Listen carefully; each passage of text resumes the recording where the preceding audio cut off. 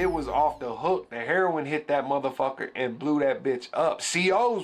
They moved a bag of Fenty, and the COs caught him, and he caught himself trying to be a superhero, and he tried to grab the pack out of dude's hand, and it busted open in the visit room, and that Fenty got airborne, and fucking visitors, staff, inmates, like 14 people fell out.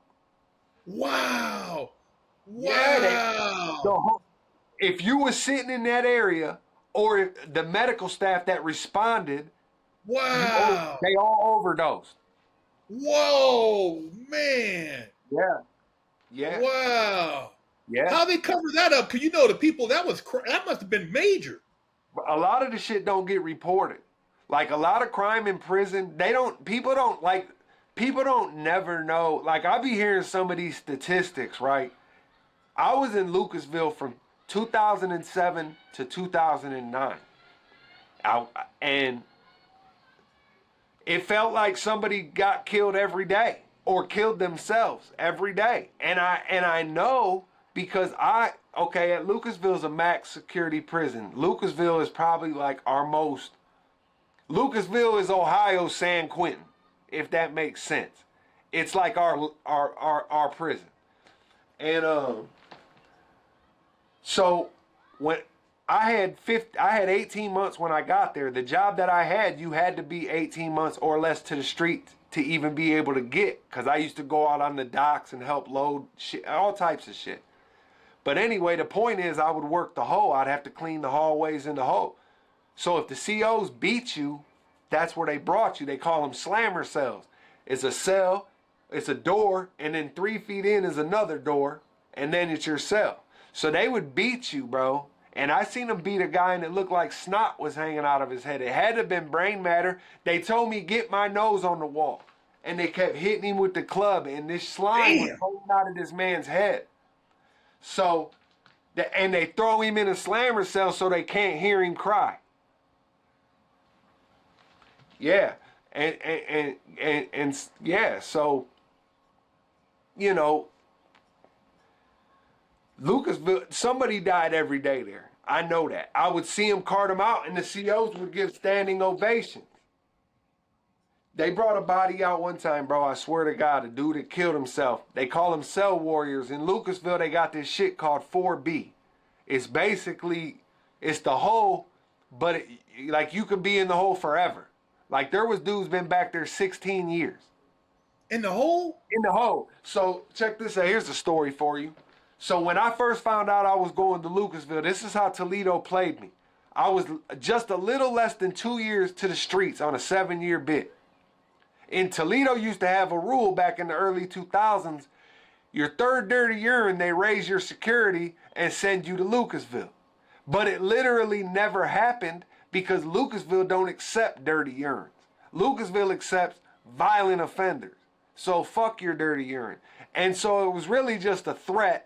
And you would just end up sitting your ass in the hole for 9 months and some shit like that, and they'd let you back out. Well, I caught my 5th dirty urine for marijuana. I sat my 7 months in the hole. I was supposed to get GP'd and go back out to the compound. 6 days before they GP me, they 4B me, raise my security, and tell me they're sending me to Lucasville. And they get it off. It got approved, signed off on, the whole 9. So I sit in the hole another 8 months waiting to get to Lucasville. Then I get to Lucasville and I got to go to 4B for 9 months before I hit compound. But before I get to Lucasville, they're riding me out. They come pick me up. I'm at the hub. You got to go to Columbus. Anytime you get sent to another prison, everybody meets up at the hub in Columbus. And then the prison you're going to comes and picks you up. So we're sitting in the tank, and, you know, you get to kicking it with dudes and shit. You know, tell me about Lucasville. What's up with this? What's up? And they're like, man, you're going to 4B. And all I can remember is being told, as long as you don't go on a block with a dude named 5'5" and a dude named Short Dog, you're cool. Both of them are from Dayton. 5'5" had been back there for 10 years. Short Dog had been back there for 16 years. They were there for the 93 riots. Lucasville had one of the biggest riots in United States history in 1993. A bunch of people got killed. A CO got killed. It was fucked up. And so now every day on the holiday of that riot, Lucasville COs get a get back. That's another thing. But Damn. yeah, they get a get back. So the dudes are telling me about these dudes. Well, when I get there, they put me in K3 high side, and both these motherfuckers are in my block. And Short Dog's 2 cells down from me. And they call them shit slingers. Because we're in 2 tiers. So imagine a cell block with 2 tiers, range, and your doors, it's the bars, right? No matter where you're at, these dudes have been back there for so long, they call them professional shit slingers. They save their styrofoam cups and they fill it with shit and piss. And when you walk in there, they try you immediately. What's your name? And then you answer, oh, I'm Reno. Because that's what everybody called me in the joint, Reno. I'm Reno. Oh, yeah, give me a pack of now and laters this week at the store and I might be your bitch ass friend. And that's how it starts.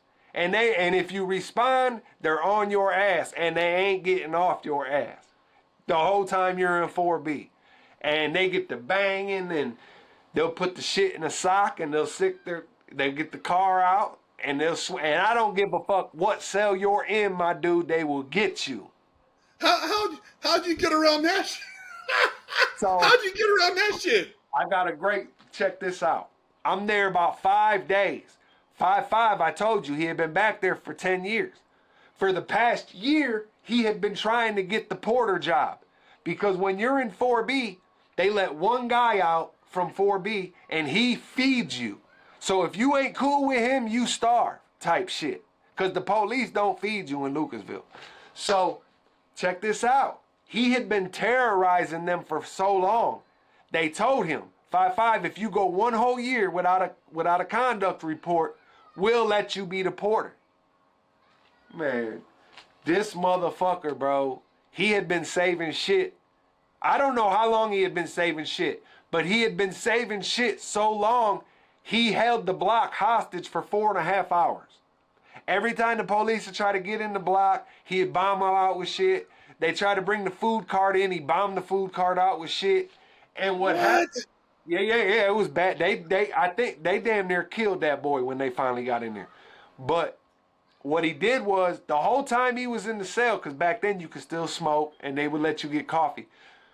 But when you was in 4B, it wasn't cool to smoke, but most COs didn't trip. And you could always get tobacco from the compound. And so there was always tobacco back there. But nobody would ever look out for 5 because he was a shit slinger and he would fuck with people and nobody liked him. And so he went that whole year without nobody giving him a cigarette, nobody giving him no coffee, and he had pent up aggression. And he went to every motherfucking cell and bombed everybody out. Hit them with shit, piss, everybody. And when he got, this how I got cool. He got to my cell and I had the bag already made up for him.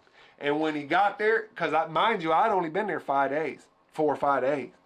And he gets there and I hand him the shit and I'm like, please don't hit me with shit. So he's the porter at this time. Yeah, they let him out. They let him out to porter. Bro, they would, every time they feed you 3 meals a day and they give you a cup of water at night. So all 4 of your trays are styrofoam. All 3 of your trays are styrofoam, and all 4 of your cups are styrofoam. And they're the big boy styrofoam cups. And he would get your shit. He would pay people for their shit. And he would just stack it in there, and he would save it in his cell until he got a chance. And that's the type of shit he would do. And they're called, when you walk into the hole at 4B at Lucasville, all you smell is mace and shit. That's all you can smell is pepper spray and shit. Because they got shit slingers back there, bro. That's the thing in Lucasville. They throw shit at each other. Because you can't, or what they'll do, they'll get on the rec chain. So if you want to go to rec from 4B, there's 20 cells per range. So they'll come with a chain. The chain is long enough to stretch the distance of all 20 cells. And they handcuff everybody to that chain. It's called the rec chain. And that's how you walk out to rec. And then when you get out there, they put everybody in their own individual rec cage. So guys, you've been calling this man a bitch, or this they'll put you on shower restrictions. So if your cell ain't close to the shower and you're arguing back and forth, every time you try to go to the shower, they hit you with piss and shit. So you can't go to the shower. So the only way you can get back is on this rec chain. And I done seen it all, bro. I done seen dudes pack their mouths full of shit and get on that rec chain. Yeah. And get on that rec chain just to spit in somebody's face. Yeah. I done seen dudes down there get their head cut off on that rec chain. That rec chain's dang. You don't go on that rec chain. That's the one thing you learn quick in Lucasville is not to hit that rec chain. Because if one dude goes, you all go because you're all cuffed to the same chain. Yeah.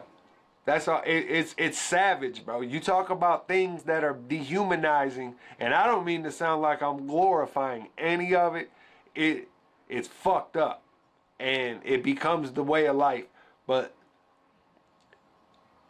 yeah. You talk about some of the things that change you or things that leave a lasting. You got the violent things, but for me, it was the mental shit.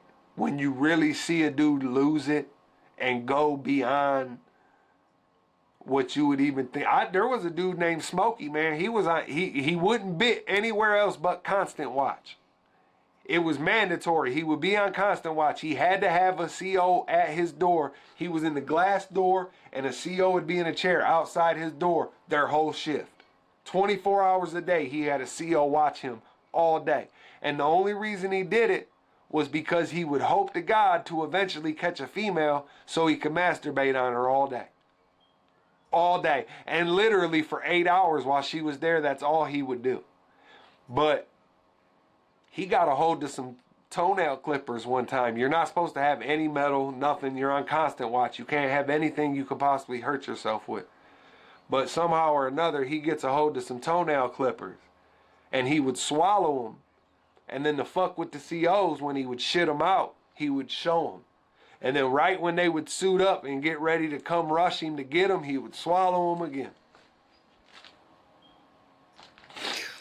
And listen, bro, he didn't have no running water in his cell, so they wasn't clean. There ain't, bro. I've seen dudes snort shit water to get high. I was just telling my Aunt Sue this story, bro. A dude had moved like 100 Suboxones, and he swallowed them. Are you hip to the Suboxone strips? You know what them are? No, I've heard of. I don't know. What is that?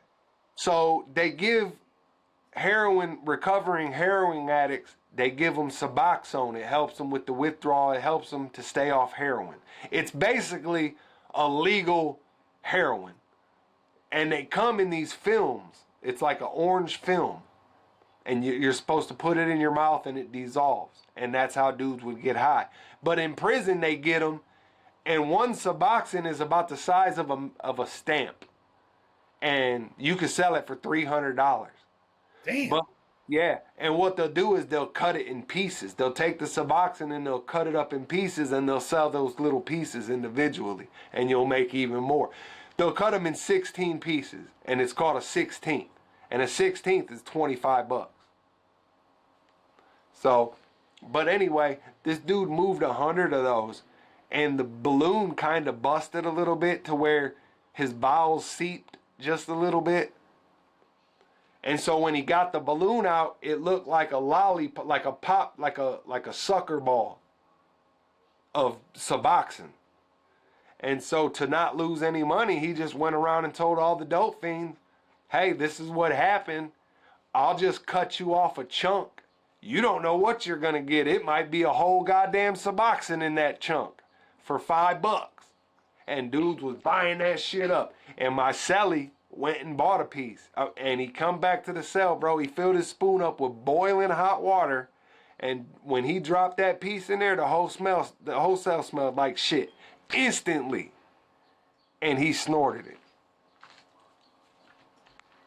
So, I've seen some fucked up shit. I've seen dudes go to the edge of insanity for just about anything. Man, you know, I've heard a bunch of different stories, and I've interviewed people who have done time in Mexico, man. And this is like, you wouldn't even believe this shit is going on in America. You know what I mean? Because people have no clue. They don't know, and they have people, you know, loved ones of somebody who's done time, and they don't know what they experienced while they were in there. You know, now you got to come out here into the real world and try to make sense of it, having gone through all these real life experiences.